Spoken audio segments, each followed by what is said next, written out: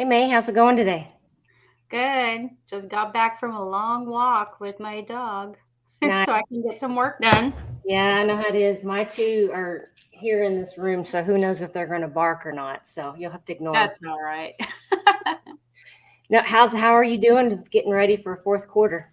Yes, well, my office right now, as you can see, I mean, it's just been a disaster. I know I miss doing live stream with you. It's just been so busy and hectic. Busy is good. I'm not complaining. Clients are coming back for more and more stuff, especially my wholesale clients. So that's good. I've gained a few in the last few weeks, so that's really good That's great. too. Yeah, Getting ready to hire a few seasonal helpers. that's smart. Yes, and I'm taking November off so I can concentrate on production and just I'm going to end my custom order soon just because I just can't keep up. And so I'll probably restructure next year and see where I am if I want to keep that side hustle going or not. Yeah. Because at this rate, it's not worth it.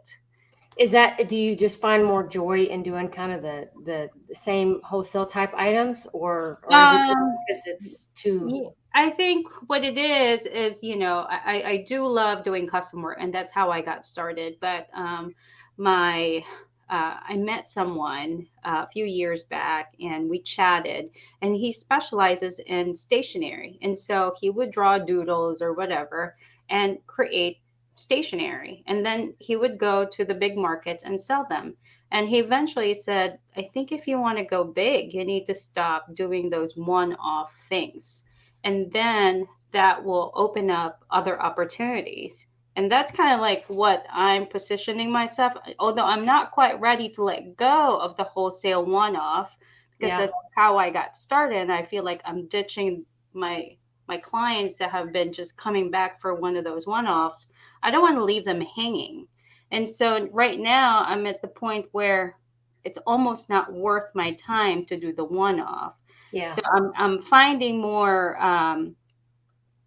believe it or not, joy in doing wholesale, just because I'm dealing with a bigger client with a bigger turnaround and a bigger Bigger profit volume probably opportunity. too. Oh yeah, yeah, and it's just much easier time wise because I can say this is how long it's going to take, and then they pay me up front, and at the end of the transaction, I do the work within X amount of days. I give them the product and it's a done deal. So I like that type, and then I can position myself where within a month I can have X amount of wholesale orders lined Yeah. up.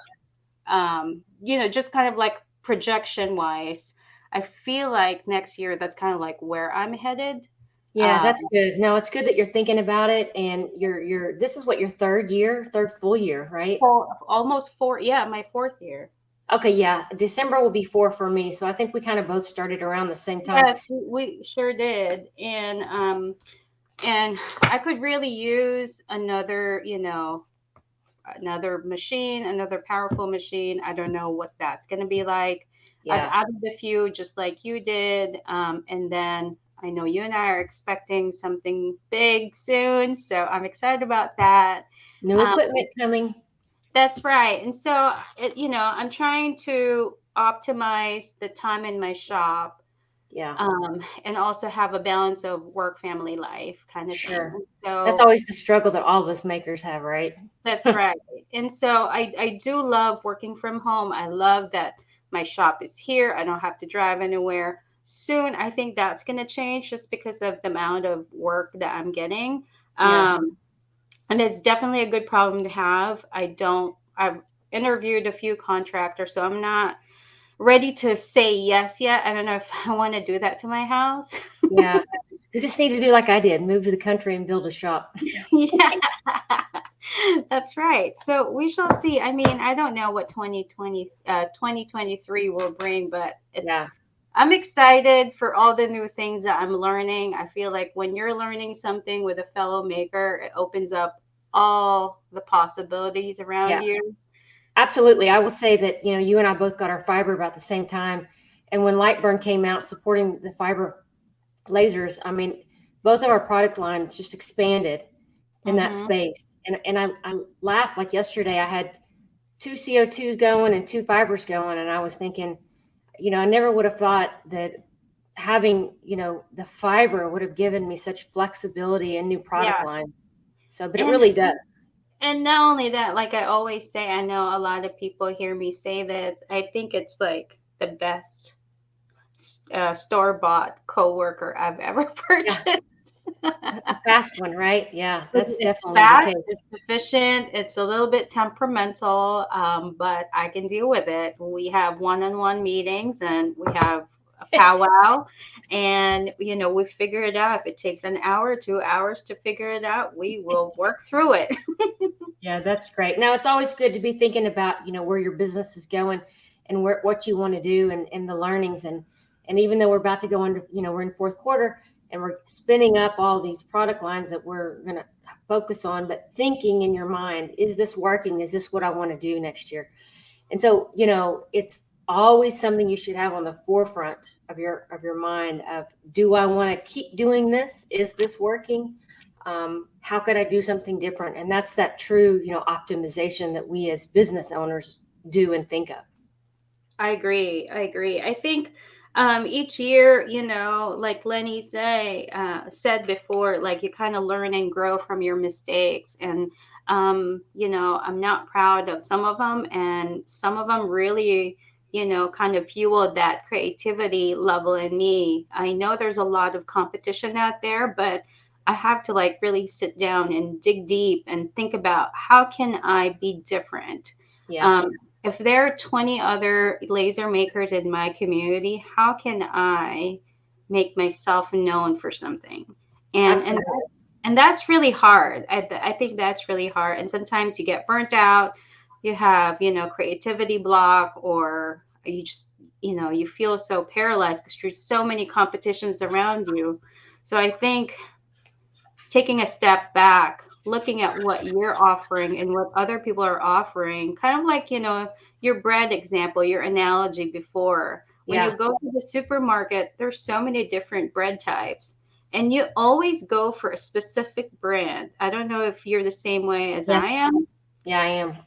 I mean, my kids even know if I buy like something, if I color outside the lines and I buy a product that they're not used to, they're not even going to touch it. So I'm going to be sitting on a fresh loaf of bread untouched for a whole week just Yeah. because they don't like it. Yeah.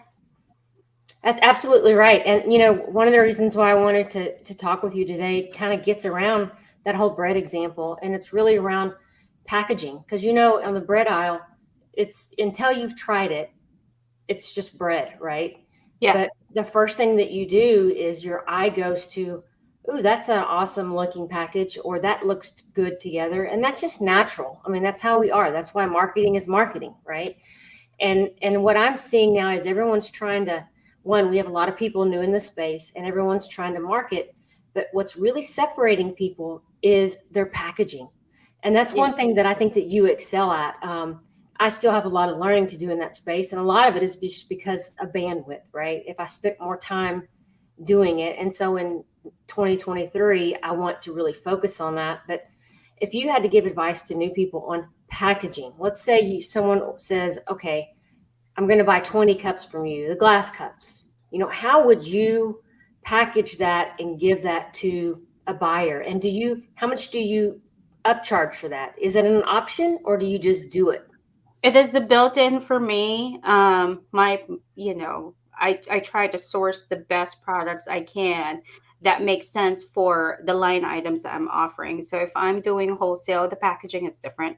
If I'm doing one-on-one sale for somebody, that will look different too.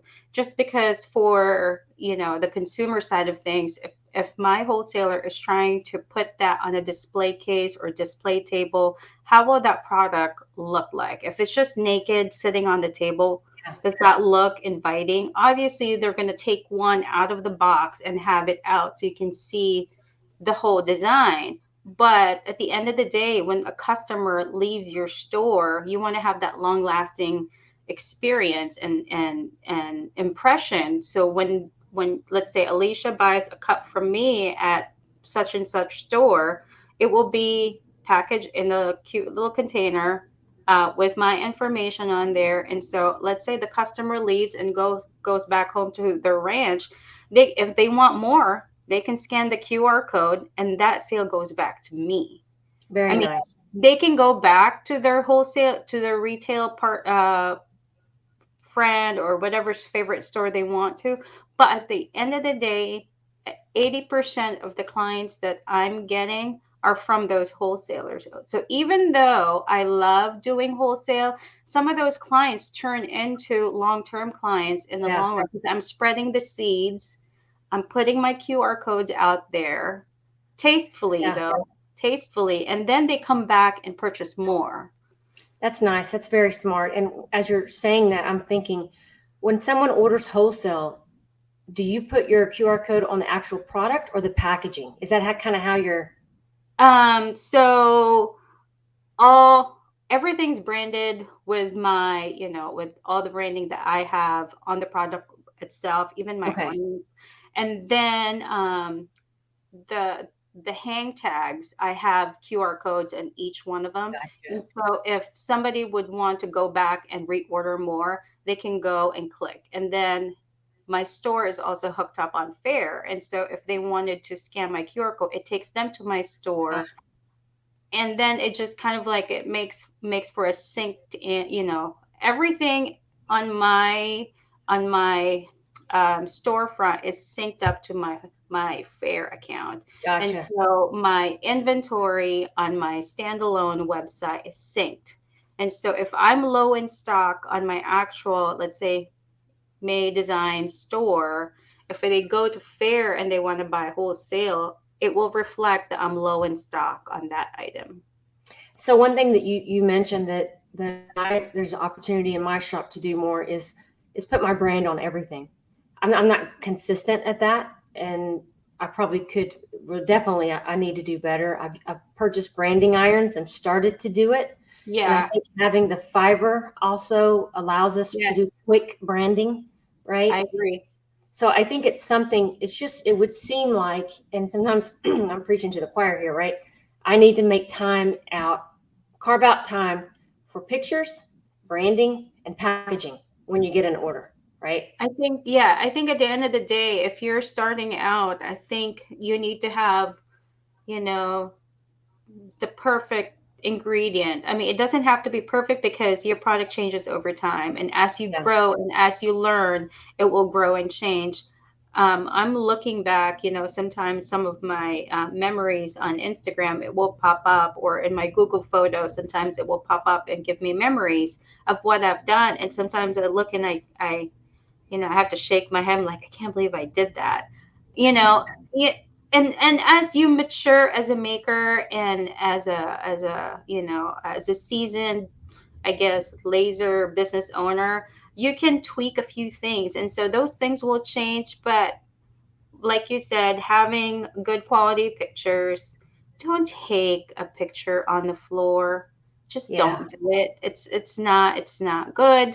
I don't want to buy from somebody who's taken a picture, straight from their hardwood floor. That's just really awful. Yeah, because If they've been walking on it with their feet and Exactly. shoes. And if you don't have room, that's fine. Maybe buy some inexpensive plywood, paint it a neutral color so your products pop.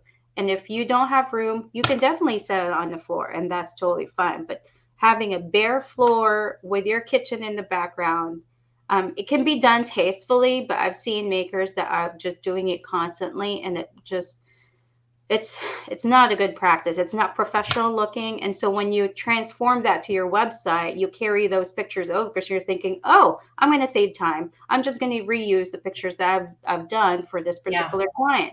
And so now you have product images that doesn't make sense, right? You need to Yeah. have consistency in your background, your look and feel. If you want to add Lightroom, um, uh presets, you can do that too. If it's light and airy that you're going for, then do light and airy everything. It just makes for a cohesive style, I think. Agree. um Agree. And to get back to the packaging thing, as the holidays are rolling around, when I see some of your work and other makers' work who are spot on with packaging, it's almost a gift that you could take and give just as it is, right? I mean, some of the way that you've packaged up your glassware with the bottom through thing on the front, I mean, it's ready to go, you know? It's yes. And that's kind of like my rule of thumb this year is making it life easier for my clients and for people that are finding me like new to my style of gifting. And so when they buy something, it's ready to go. They don't have to go to Hallmark or Target or, Walmart and buy a gift bag. It's ready to go. And so even though it takes a little bit of extra time, that little bit of extra step really Yeah. helps. Where do you Um, buy all your boxes? Is it just you go through Amazon or do you? so at the start of the year, I go through Alibaba and, um, there's tons of different suppliers, a bunch of the Amazon retailers that sell different packaging. They're all from there. And Yeah, so if you know what you want and you know your secret sauce, cut out Amazon and go straight to the source or the manufacturer. And if you want to custom design a packaging that's really suitable for your brand, I mean, I've done packaging before for different industries, and what we've done, we teamed up with a local print shop. So you can do different routes depending on your budget. I'm more of a, trying to get the best bang for my buck kind of deal. I like those things. If I can source it elsewhere, a much reasonable rate, I would totally do it. I'm not scared to do my own research and shop around. I think you just yeah. need to be brave. It's making me think, I have one of my best friends has a seafood restaurant and she allows me to sell in there. And it's making me think about, as we get closer to the holidays, why not have kind of like you do with the clear front Yeah, packaging? You could put a cup in, a small little bow with your branding on it, and yeah. they could pick it up and go to a party or an event and give it just like that, right? Yeah, because you'll never know. Let's say, you're trying to do a pregame at the bar before you head, to meet your girlfriends for dinner or, some sort of holiday party. If Yeah. they're at the bar and they see your product and it's ready to go, I mean, that's easier than going to an actual store. If it's there, I think people would totally buy it. Making it So easier for the buyer to give. yeah, it's just an easy grab and go item. And so I think this year that's kind of like my go-to um, idea that a lot of the people that have shopped recently loved, and I've received uh, great feedback. And so I've given them option no box, or I mean, you can Yeah, have your own packaging. The price is not going to change because it's all embedded in there. sure. So they always opt for my packaging. So that's You even kind do of it like with ornaments too, right? Don't you do it with your ornaments? yeah, so ornaments are the same. It's going to be in a clear box. Last time I had it in gold, kind of like drawstring bags. Yeah. But this year, since I'm trying to eliminate wood just because of the expense, I'm doing something entirely different as well. I'm just I'm just gonna be the odd person not doing a lot of wood this year. No, I think there's a lot of people in that camp. I've been surprised how much leatherette I've been doing in the last month and a half, and I think it's because of the usage of the fiber and it's so Yeah, fast. But most of my ornaments this year are going to be leatherette, just because of speed, time, and what how much the purchasing the low amount is for those, and then the turn of what you can sell them for. I agree. And you've really dialed down your leatherette settings. It's just, spending that time with that machine and learning, the tricks and how to get the best settings with zero cleanup. I think that really optimizes your time in your shop because then you can dedicate it the extra time you have for other things. Yep. And so I wish my little pedal works, but I do love what you found yesterday with the start button, so that's cool. Yeah. On that Thunder, I hit the start button thinking I was hitting the autofocus, and luckily I had the ornament in somewhat of a right spot because it started going. I was like, oh, okay, know your machine, right? Well, listen, I don't want to keep you, and I just kind of wanted to bring the topic of, fourth quarters here and packaging and how, give some advice to to maybe some new people and maybe even some seasoned people like myself who just need to carve out that time to make their products look just a little bit better. And so this was a great topic to kind of have a little, noon coffee chat with. And Yeah. thank you. I appreciate all of your sharing of kind of how you're doing your branding and packaging. Oh, And thanks. Love, absolutely. love chatting with you. I know it's been a while, Yeah, but we'll get these back up. These are so casual for us to do, and yeah, we can just share little tidbits of knowledge. So that's thanks, right. May. Have a wonderful day. Bye. We'll talk to you later. Uh-huh.